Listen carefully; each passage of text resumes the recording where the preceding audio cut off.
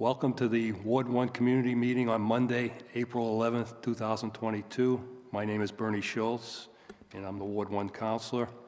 Tonight, Planning and Community Development Director Tom Skorowski and Assessor Chris Paquette have joined me to make presentations and answer questions following the presentations. So we'll get started. Chris, did you want to go first? Sure, I can go first. Okay. Mine's a little less involved, so thank you for inviting me, Counselor. And my name is Chris Paquette. I'm the Chief Assessor for the City of Fitchburg, and I'm here to speak about a little more about what the Assessor's Office does and how it pertains to the City of Fitchburg as a whole. The role of the Assessing Office is to assure the financial stability of the City of Fitchburg and its citizens by ensuring a high level of competency and professionalism. The main objectives of our department are to perform all statutory duties in a timely manner, obtain Department of Revenue equitable assessment certification, maximize tax revenues through accurate new growth, administer valuation of real, personal, and excise tax in a professional manner.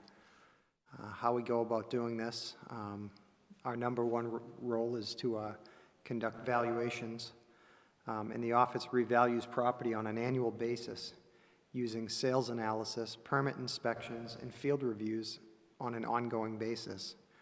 We're currently in the middle of a 10-year measure and list program that will coincide with the fiscal year 2025 certification calendar for the Department of Revenue. Our valuations are reviewed annually by the Department of Revenue, and we strictly adhere to the Mass Department of Revenue certification standards. Part of the process ensures the city is assessed in a fair and equitable manner, as well as allows for proper billing to occur timely. The office also manages the abatement process, which is probably one of the most important things that taxpayers should be aware of. Should a taxpayer feel their property is overvalued, they have the means to file for an abatement. However, this can only happen at one time. So the timing for filing an application for abatement happens after the actual tax bill is mailed, which is typically late December. So your filing time period is from January 2nd to February 1st in a normal year. If February 1st falls on a weekend, it'll be the preceding Monday. Once received in the office will review the application and contact the filer of the application to set up an interior inspection and or confirm the data's accuracy. We're available for inspections year-round, however, should you feel that there's an error in our data, and all property information is available online on the City of Fitchburg website.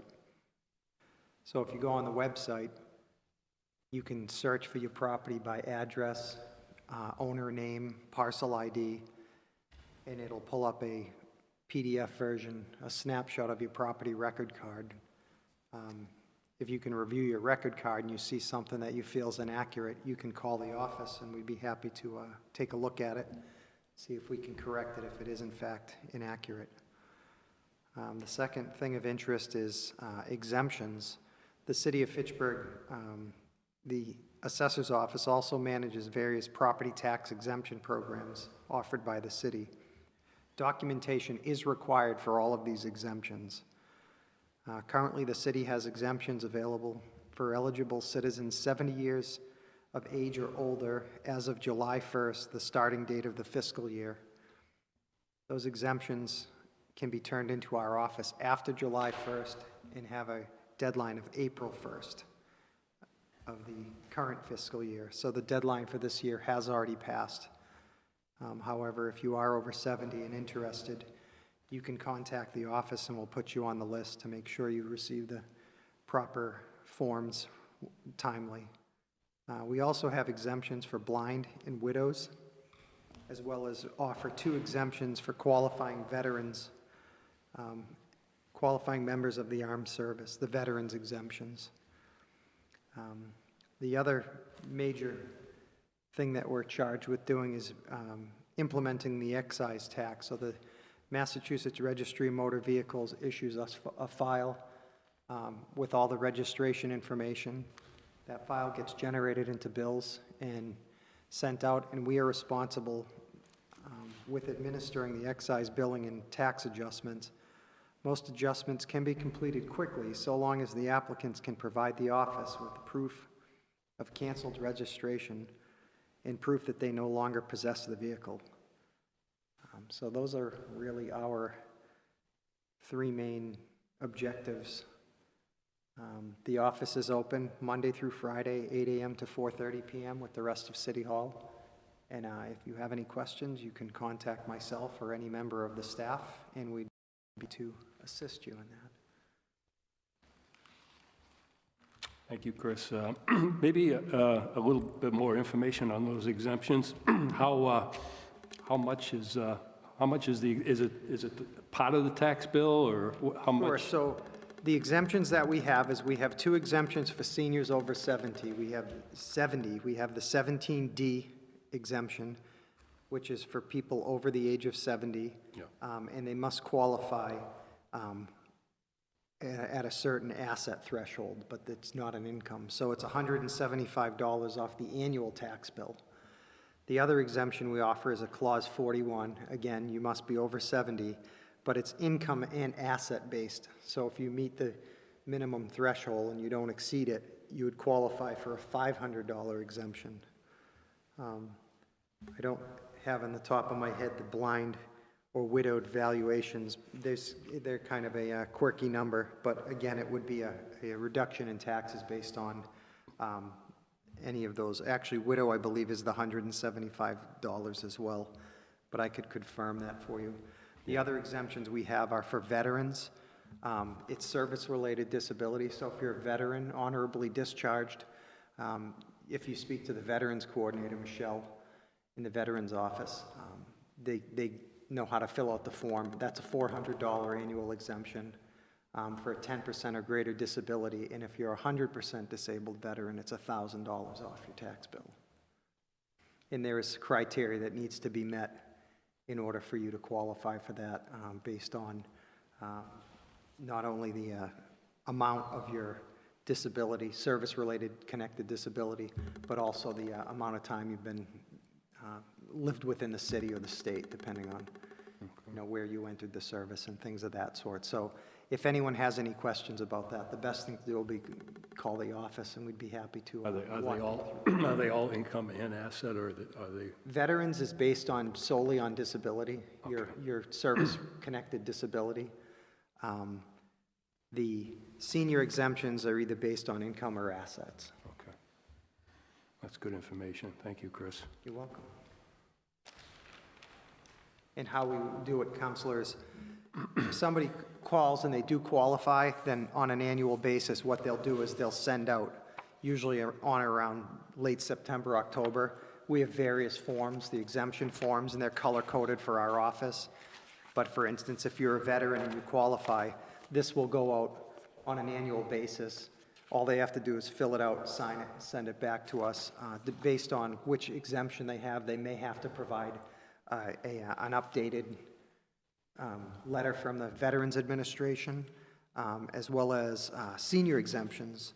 The senior exemption, when they first apply for it, they have to provide us with some bank account information. Everything that comes across the desk for us regarding exemptions is not subject to the Freedom of Information. So it comes in and it's private information. It stays within our possession. That's good to know, To too. the extent that if somebody gives us information and comes in the next year and asks, oh, I gave you this last year, can I get it back? I forgot what I wrote. We can't. So once it comes to us, it stays under lock and key. So they better make a copy if they want to.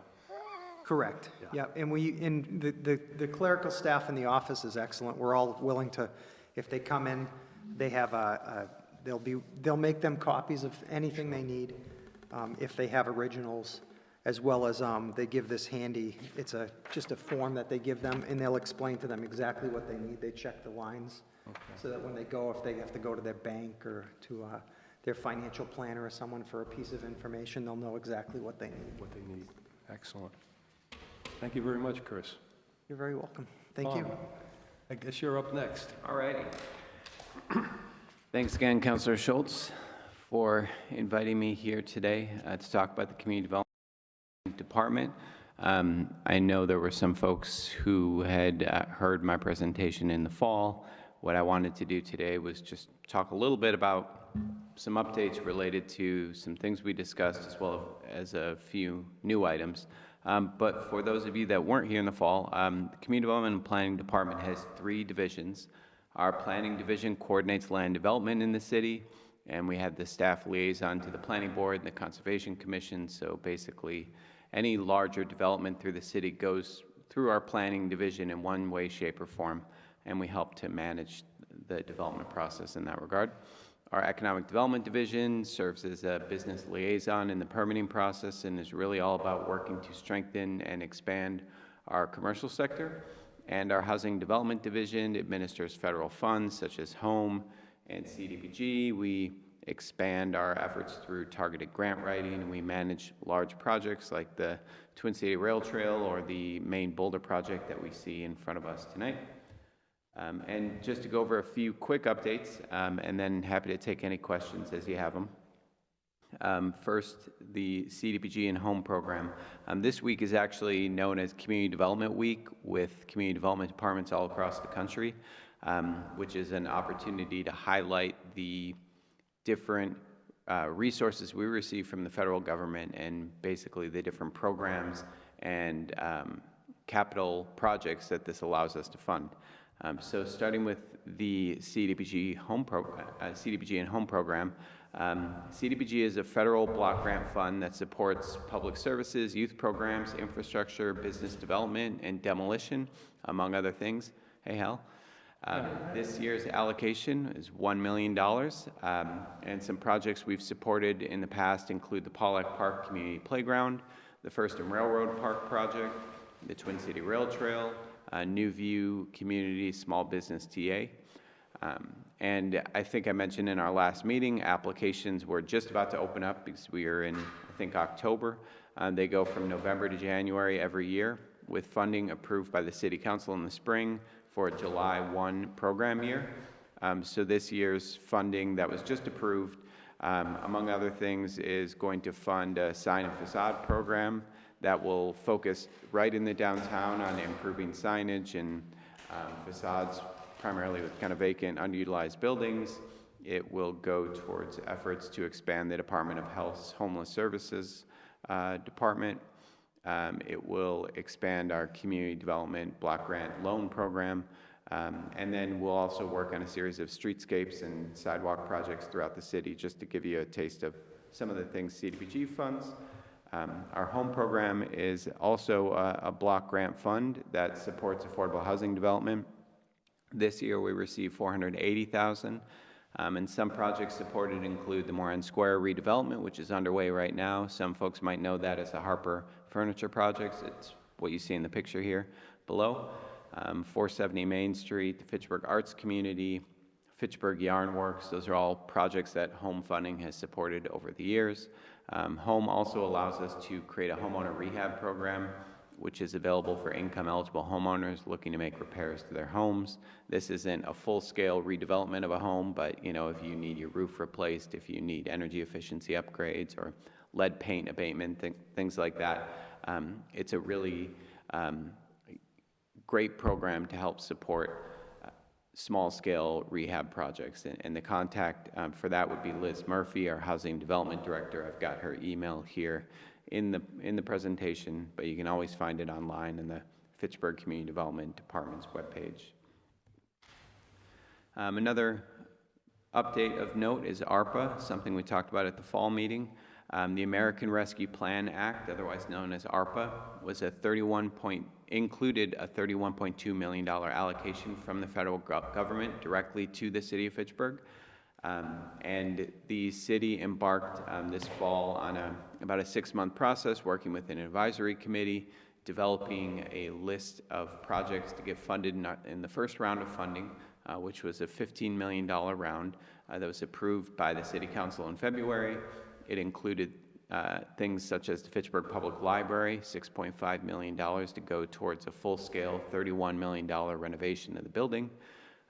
Downtown water main replacements, about a $3.4 million project, as well as improvements to playgrounds at Mama Fitz and Park Hill Park. And again, these are just 3 projects to give you a taste of some of the things that were funded. But you know, this is the first round. The second round is roughly $15.7 million remaining, and that will go probably out to RFP and follow a similar process about this time next year. In a year from February, the ARPA Advisory Committee convened by the mayor will get back together, take a look at how we're doing with our first round of funding, what's working well, what's not, what are some new needs that might have arisen, and basically propose the release of a new round of funding. And one update that is near and dear to Ward 1 is the efforts at the 44 Wanusknock Road property. Some of you might know that as the Flack School, Hattie. And we are currently embarking on an effort with Landwise, the Horsley Witten Group, and Archipelago Strategies Group, 3 consultants working on behalf of the state to put together a reuse plan for the Wanusknock School property. And they're actually going to be conducting some input sessions over the next few days, and I, full disclosure, just stole their PowerPoint, and I wanted to share it with residents of Ward 1 to get your input on you know, exactly what they're looking at when they're looking at opportunities and constraints at the site. So for those of you that don't know, the site is 44 Wanusknock Road. It is declared surplus by the City Council and the School Committee, so now it's my job and the Community Development and Planning Department's job to find a suitable reuse for the site. It's right on the corner of Wanusknock Road and Water Street. It's pretty close to both Route 2 and the commuter rail station, and of course the brand new Twin Cities Rail Trail, which is going to be opening this summer. It's about 7 acres of land with 500 feet of frontage on Wanusknock Road. Currently, there exists a 21,000 square foot brick school building built in 1955. It's in pretty rough shape and has seen better days. But it's on a really key parcel in a well-traveled corridor that gets about 11,000 vehicles a day. And it has a parking lot for 30 spaces, and one element of note is a stream does cross the property, which we'll talk about in a minute. Again, just to look at an aerial, here's the school site, the DCR pool and South Fitchburg Playground right behind it. And again, the rail trail is this dotted yellow line that follows. We have Green Acres here, the Dollar Tree, Meadowbrook Village, just to name a few of its neighbors. And it is an interesting site in that it's about 7 acres, but a lot of it is undeveloped and not able to be developed because of various wetlands issues. So there's a stream that runs right through it. And because of that, there's a good portion of the land, primarily what you see in the yellow, that is sort of undevelopable land. So what we're looking at primarily is how to reuse this chunk of property right on Wanusknock Street. And some of the things that the folks at Landwise are looking at are what could some potential reuses be of the site.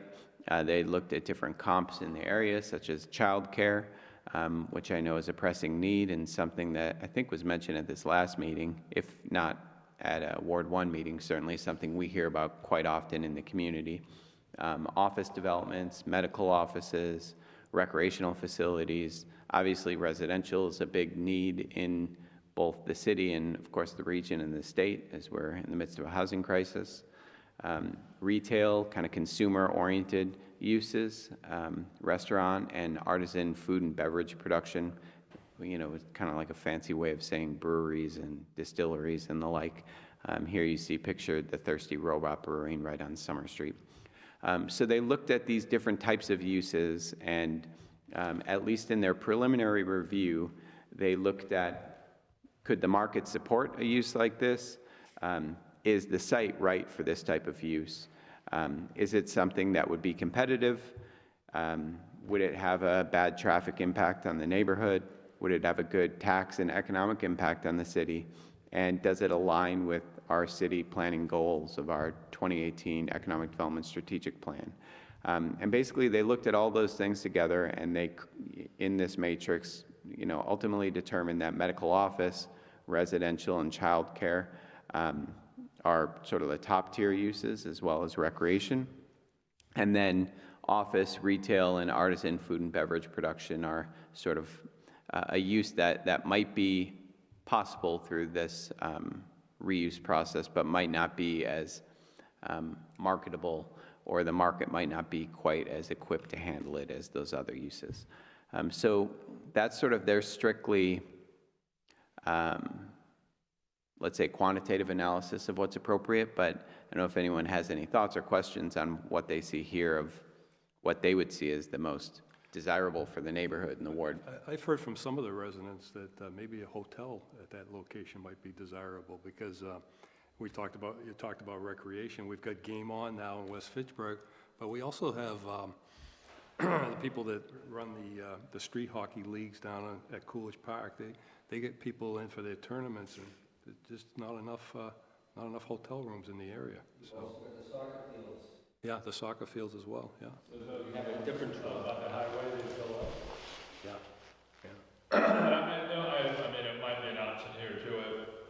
The ones by the highway, I know they do like something for the homeless. Something, just I know that. The Days Inn facility. Yep. Yeah. Mm-hmm. I don't know. Just when I just saw it, I was thinking in my head maybe something like they have over where the Boys and Girls Club is in Leominster. That's Leominster, right? Yep. Yeah.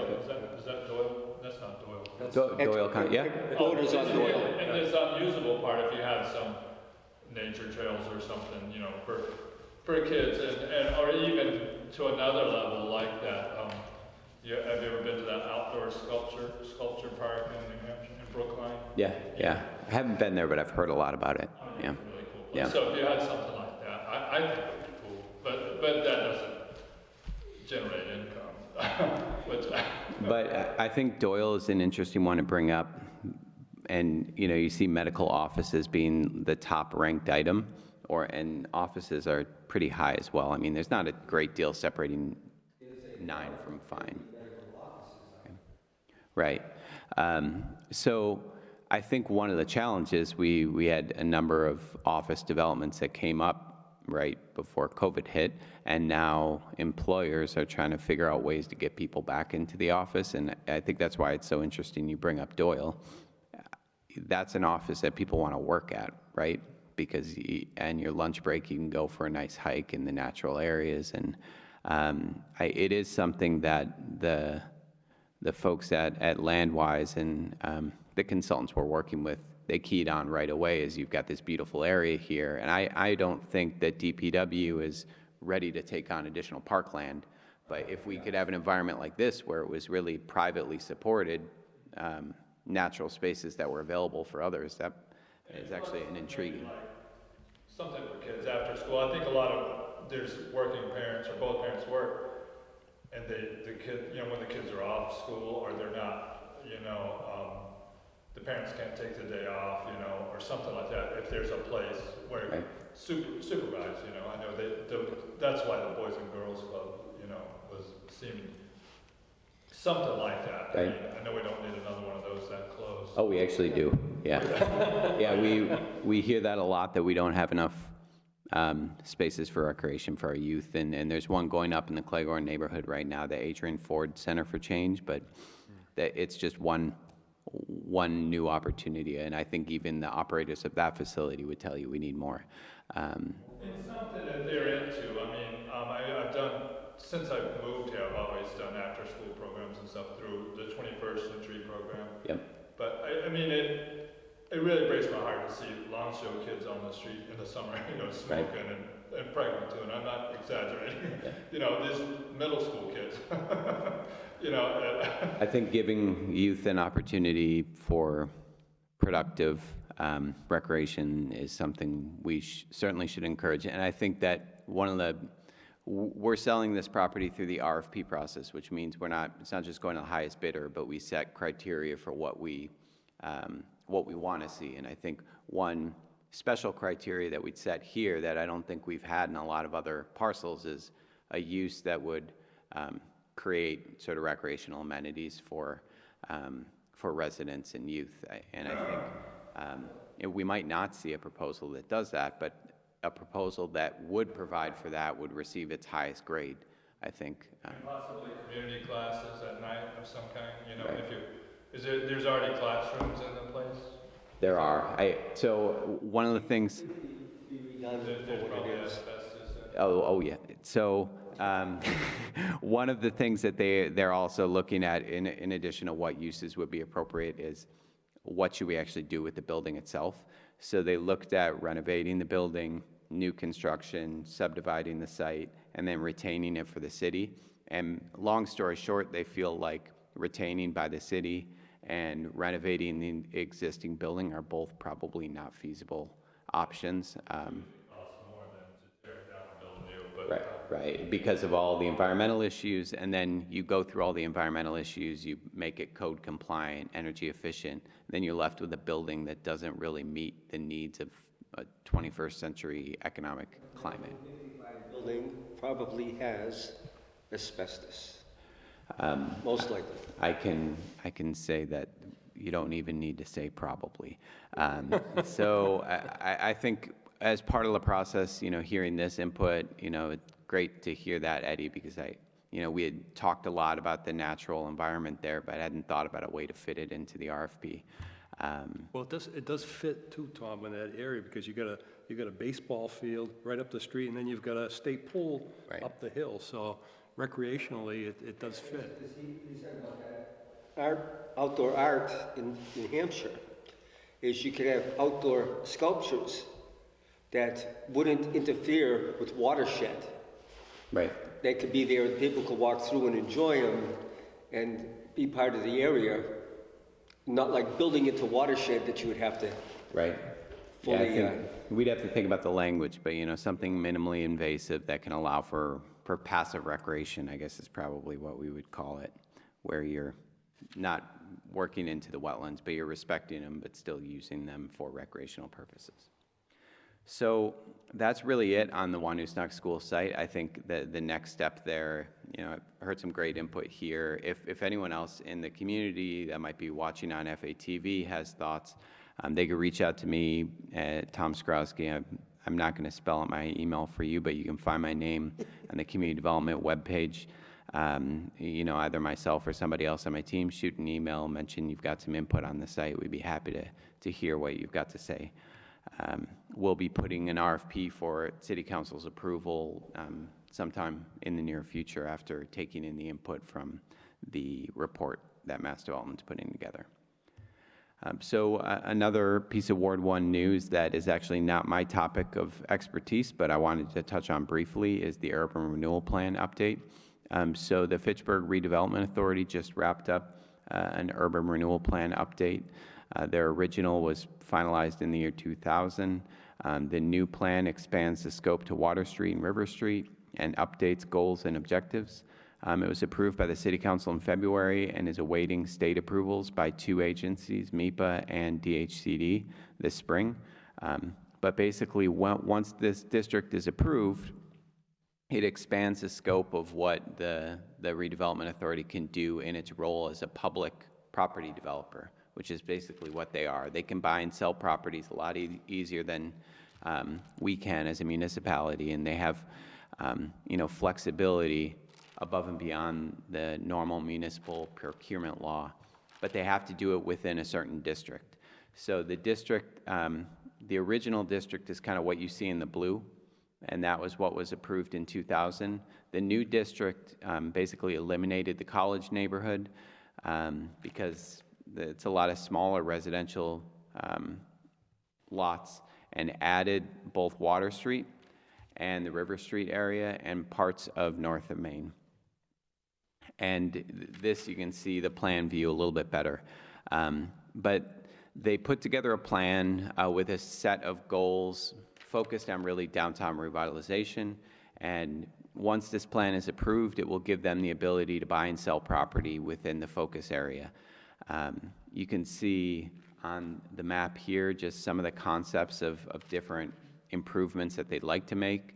One example I'd key you into, this is the Halloween World site, and they envision creating kind of a hub for recreation right at the midpoint of the Twin City Rail Trail where, you could go in and grab a coffee or, grab some food, and you've got some space to recreate outside, to sit and take a break with your kids while you're working through the trail.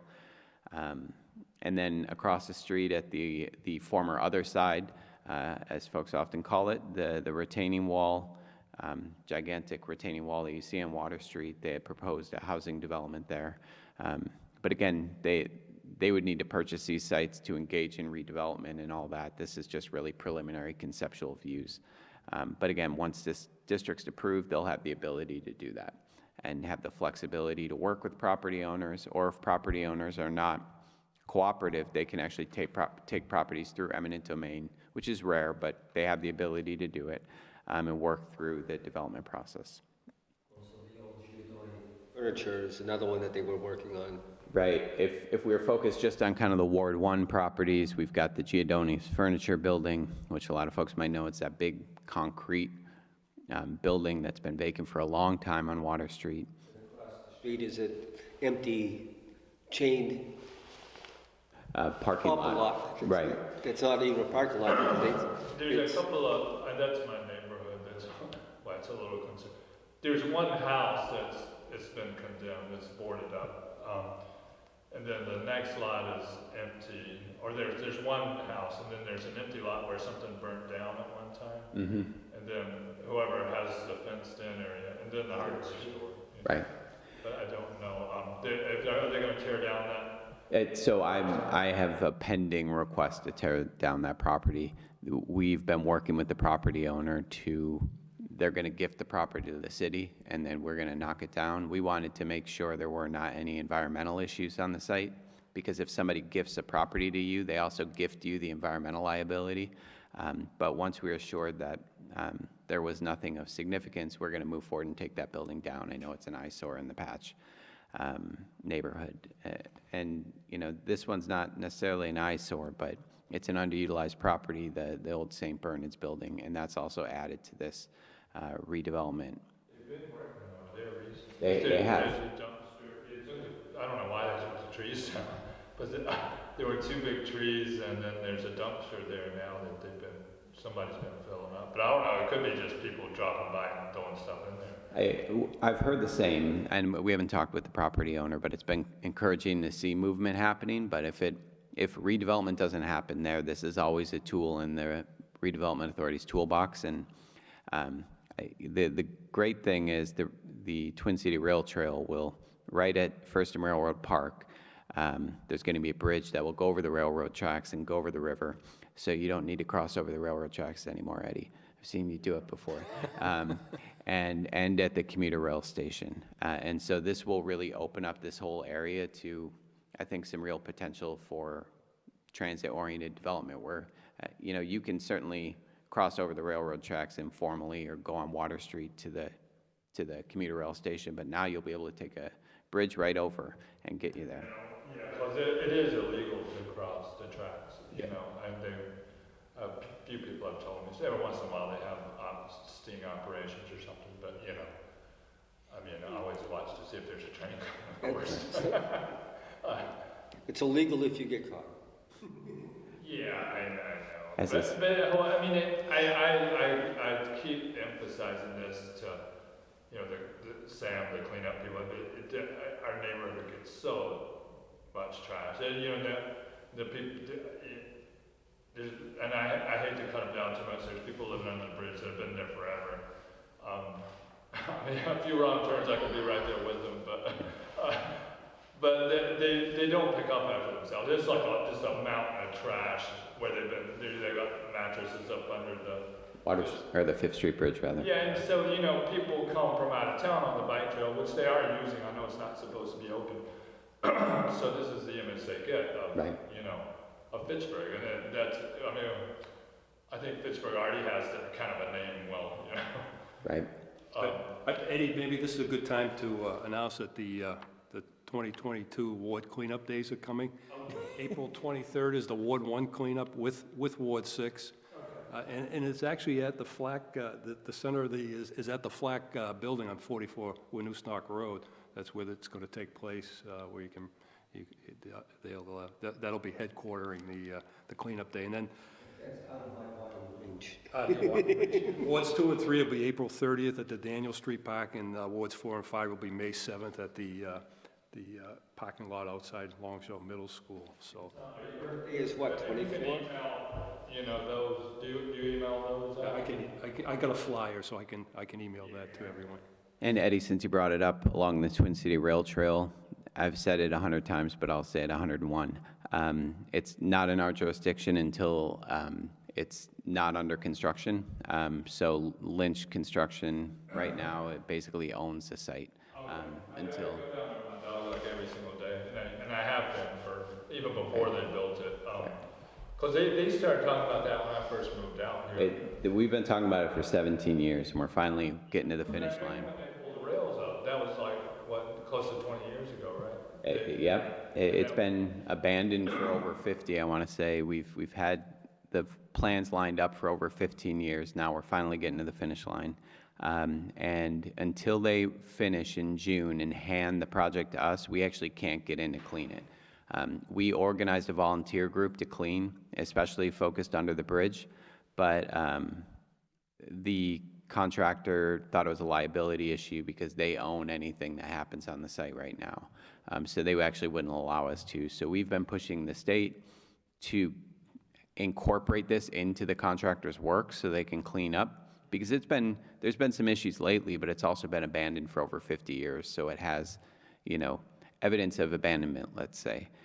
But we also... Leominster by Hamilton Street. That was in use while Foster Grant was still there.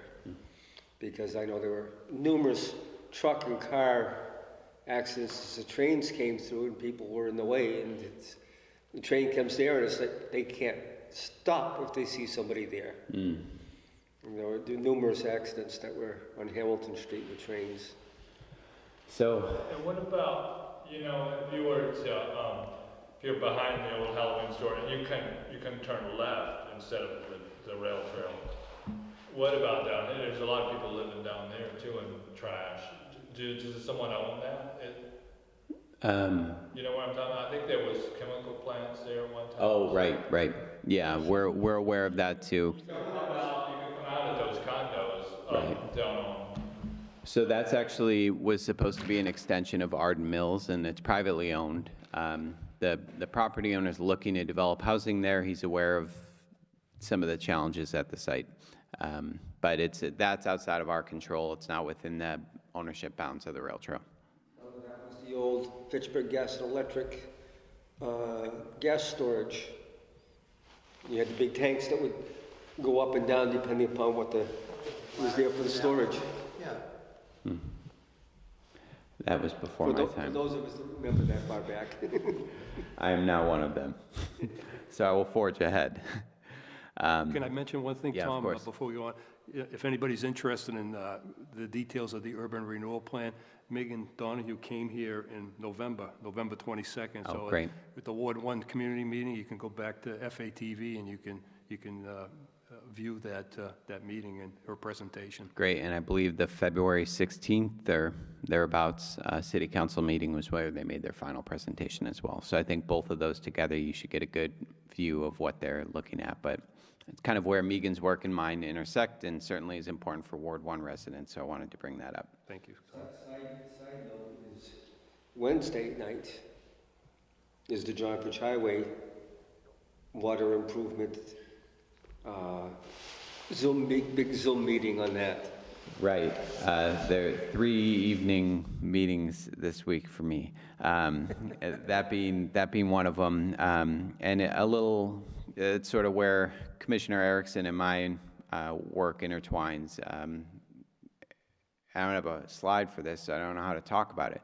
But there's work along the Falula and Baker Brook corridor to basically look at climate resiliency, look at green infrastructure, ways to reduce flooding, reduce the heat island effect. They've been having work underway for about the last year, and this input session on Wednesday at 6 on GoToMeeting is sort of the culmination of those efforts, where they talk about what they've identified and they work with the community to identify those highest priority areas where, this is an assessment. The next step for them will be implementation and really finding green infrastructure and drainage solutions to help reduce flooding along that watershed. I think the one area people are most familiar with, obviously, is John Fitch and the flooding that takes place there. But the watershed really stretches all the way north into a pretty significant chunk of the northern half of the city. So that's 6 o'clock on Wednesday. I think the information is on the MVP project page on fitchburgma.gov. You need to register for it to Yeah, get the link. you need to register in advance, and the registration link, I believe, is on that site. And if it's not, you can email me. I'd be happy to provide it for you. A lot of people don't realize that starting at Upham Street and where that whole mall area is with big lots and everything else, that whole area was the Fitchburg dump before. That's the hillside that's cut down in the back there from the roads up there. That was all just refuse that was put in there and then deteriorated. Unitil was built on that, right? Yeah, Oh, that's it? Yeah. Okay. both sides of Upham Street, that whole area going up towards, Jackson? all the way up to Jackson Ave and About time. Market Basket area. That whole thing was, What's the dump? that was the dump And before. with the other side of John Fitch too, I don't know, it gets a lot of mud over there. I'm taking, like across from the St. Bernard's ball field.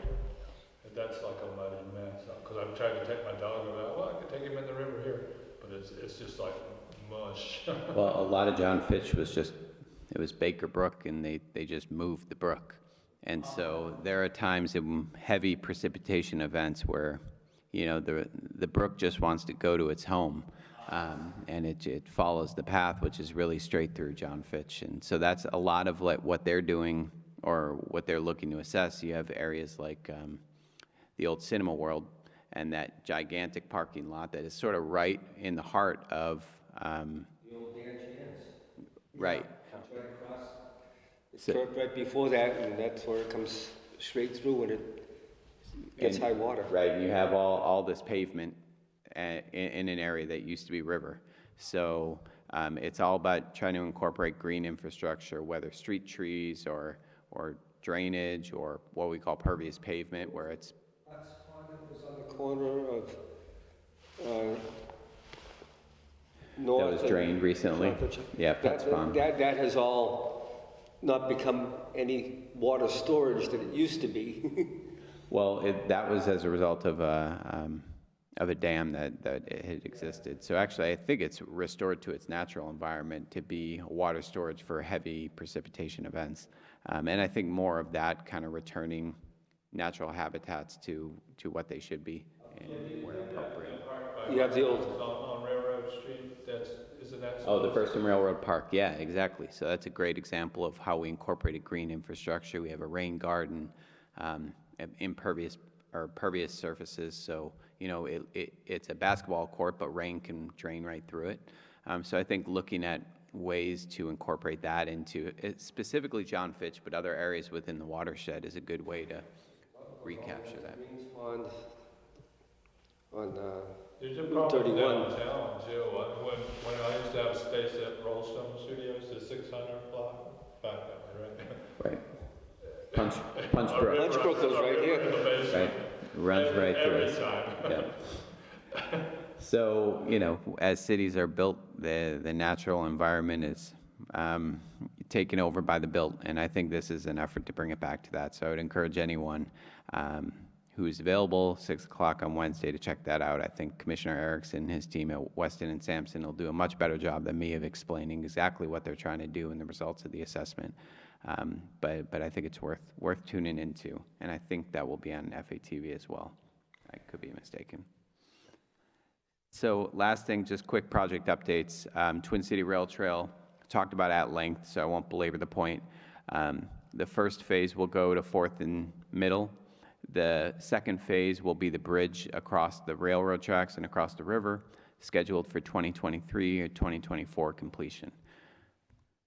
Main Boulder project, it's currently underway right now. My office was shaking all day because they were digging some conduit. Will be substantially complete by June 30th. We'll see new traffic signals, updated crosswalks and sidewalks, and there will be a permanent closure of Cushing Street. It's not going to look like this, but this is just a rendering to show the street is closed, and it's a pedestrian plaza that connects with Mill Street. That's where my store is, so, Yeah. but is that Ward 1? It's not Ward 1. I broke the rules. We still talk about it. The reason I'm asking, because what ward is it? This downtown's funny. It's kind of split between wards 4 and 5. Yeah, I don't know where the dividing line quite is. I mean, if I had some say so, I should go to one of those meetings, no? Well, If they had meetings. If you wanted some say so on Cushing and Mill, I'll just drop by your shop and talk to you about it tomorrow. Not specifically, but, I'm sure I can think of something. I've been looking to see for what we did last fall with New View and the Garden Club, is we planted, I forget how many hundreds of bulbs. I was looking to see if any of them are coming up yet.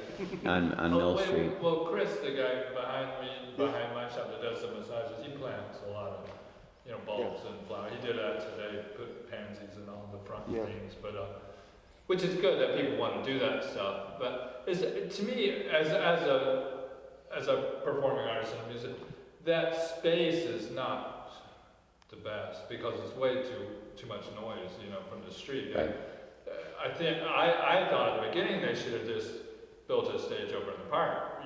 Right. To me, it would make much more It's- sense because it's really difficult with the cars going by, and then people sometimes their cars' music's louder than the stage Right. music. That is still in the plans, is to get a stage. Yep, I actually submitted a grant application for a stage at Riverfront Park just this past month. So it's still very much, The plan, right, it's very much in the plans. It's just a lot more expensive than building a temporary stage. And I think part of what we're trying to do too is just with this effort is slow down traffic a little bit. Slower traffic is quieter traffic. If it's not a runway where you can speed right through, hopefully it'll be a little bit easier to, whether you're inside or in your shop or outside, be able to hear music. And also, one of my concerns will be, is what about parking? We've been using the bank parking lot, and everybody has for a while. If they decide to sell that, we won't have any parking, and there won't be any street parking once they do this. Is that correct? There will be no street parking on Boulder Drive, which I think takes out about 50 parking spots. But to accommodate that, we are undergoing a parking modernization effort where, we have coin meters on street parking on Main Street. On both of our parking garages, we have still just parking permits that you put on, a decal. So we're going to be using a new system called license plate recognition technology, basically where cameras can recognize the license plate of who's parking in our parking garages. And, it makes it easier for our enforcement team, and it makes it easier to get a permit and have it registered online and all that stuff. But most importantly, it also opens up at least for the purposes of this conversation, the Boulder Drive entrance of the Mill Street garage will be open to the public. And currently, we only use about 20% of the parking capacity in that lot because we want to keep that for permit parking. We have no clear and easy way to distinguish. Now we don't necessarily need it, and we'll be able to accommodate all that additional parking in that garage. So you can park right in the garage if you're shopping, in addition to the lots where people still park. It has been upstairs, but 2-hour limit, right? Right, and it'll be the same thing in the basement now, or in the Boulder Drive entrance, 2-hour limit. If you're a business owner, and that, could you maybe, because I don't want to have to move my car every. Yeah, I mean, you can get a monthly parking pass, which would be the same as today's conditions. You couldn't park on the street all day, or park in that lot, but you can receive a monthly parking pass. I think they go anywhere from $15 to $30 online, or at the treasurer's office, who acts as our parking clerk. Yeah, I think I checked into it before and didn't Well, want to pay it. if that other parking lot closes, it's always an option for you. Game on Fitchburg is substantially complete, which means inside and out, everything's done. It's seeking a full certificate of occupancy this summer. It basically still needs to have some tweaks to its indoor operations and improve parking and emergency management planning with our PD and fire department. But they're all open and ready to go, but we'll have their final CO this summer. Amazon, the demolition is complete. The construction has started. I think last time I told the Ward 1 meeting it was going to be ready to go in in August of 22. I got the year wrong. I think it'll be sometime in 2023. They're dealing with supply chain issues just like everybody else. Is he going to redo some of the roads? I mean, They are going to, they're working with the city to pave Intervale and to improve the sidewalks on that road. how many tractor trailers you think they would get in? I mean, if it's a warehouse? About 8 to 12 a day, and then about 200 to 300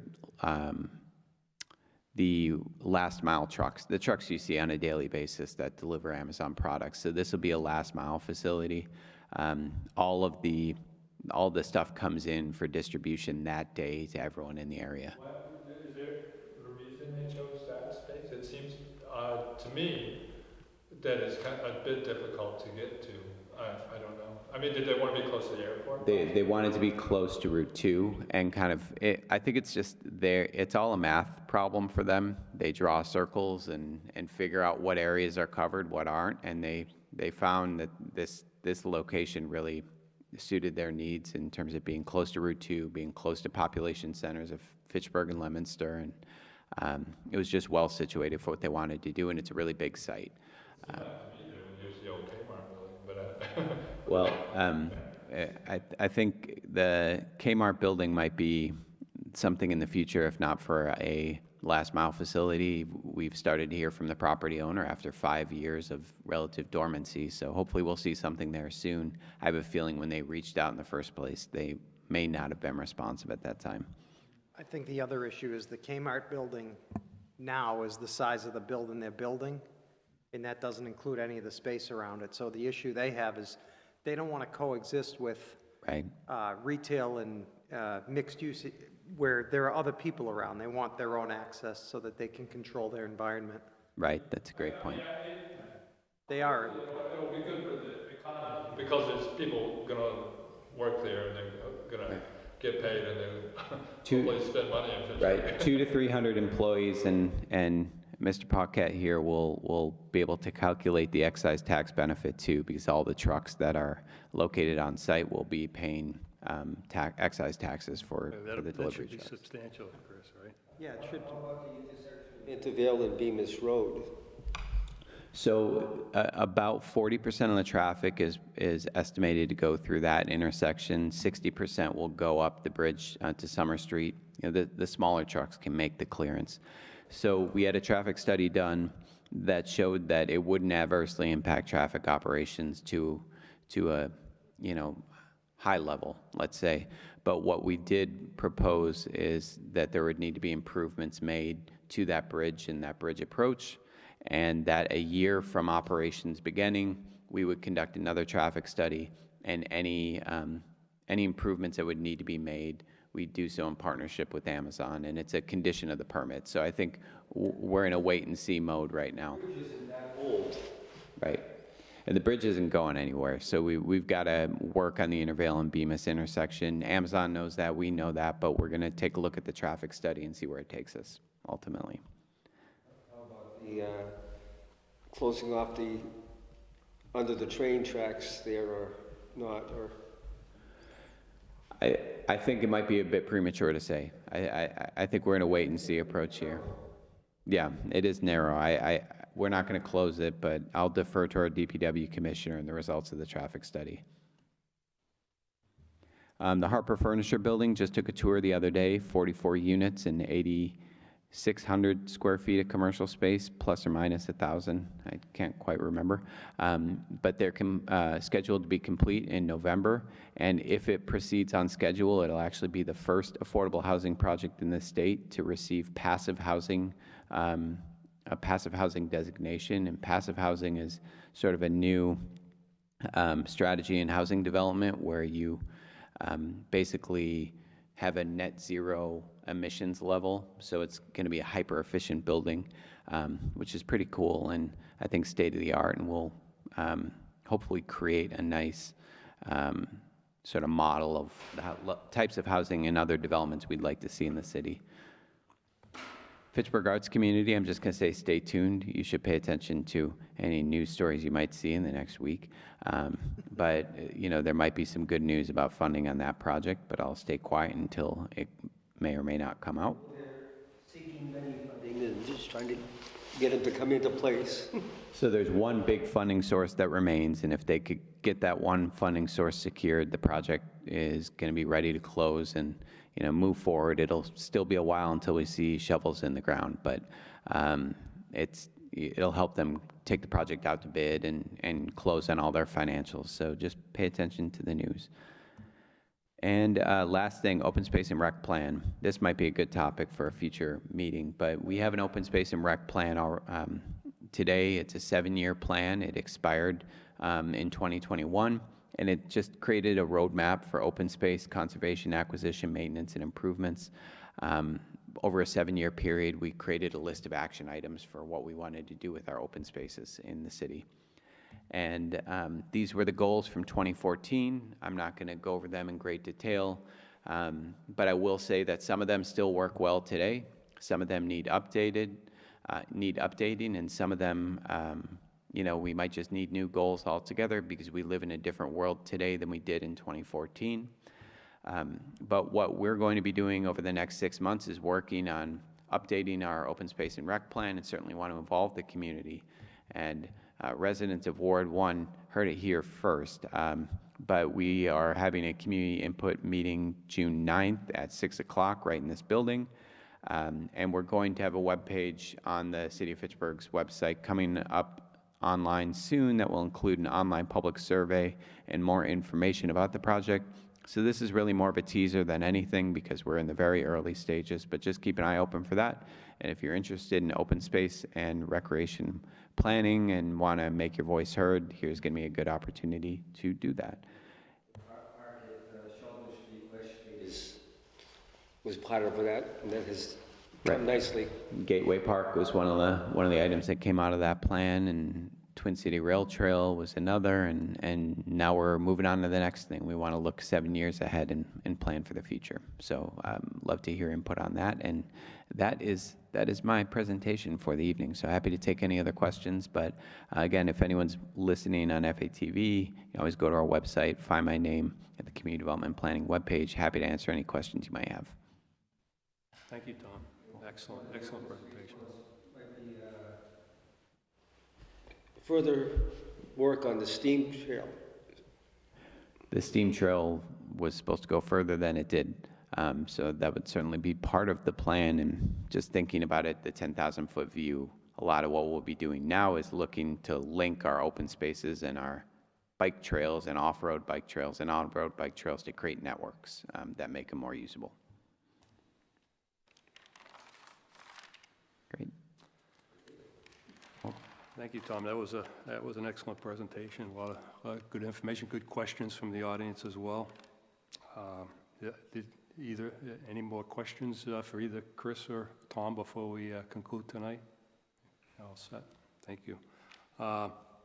So I just wanted to announce again that the Ward 1 cleanup is coming on April 23rd, and it's going to be headquartered at 44 Newsnock Road, the former Flack School. And Ward 6 is going to join us. And our next Ward 1 community meeting is going to be Monday, May 9th. And Mayor Di Natale is going to be here, and also Treasurer Ann Cervantes is going to also, they'll both make presentations and answer any questions that you might have. And then after that, we'll take a 3-month break for the summer and come back in September. I think I think I've already reserved September 12th for the Ward 1 meeting in September. See you in September. There you go. Okay, well, thank you very much, and have a good night, everyone. Thank you.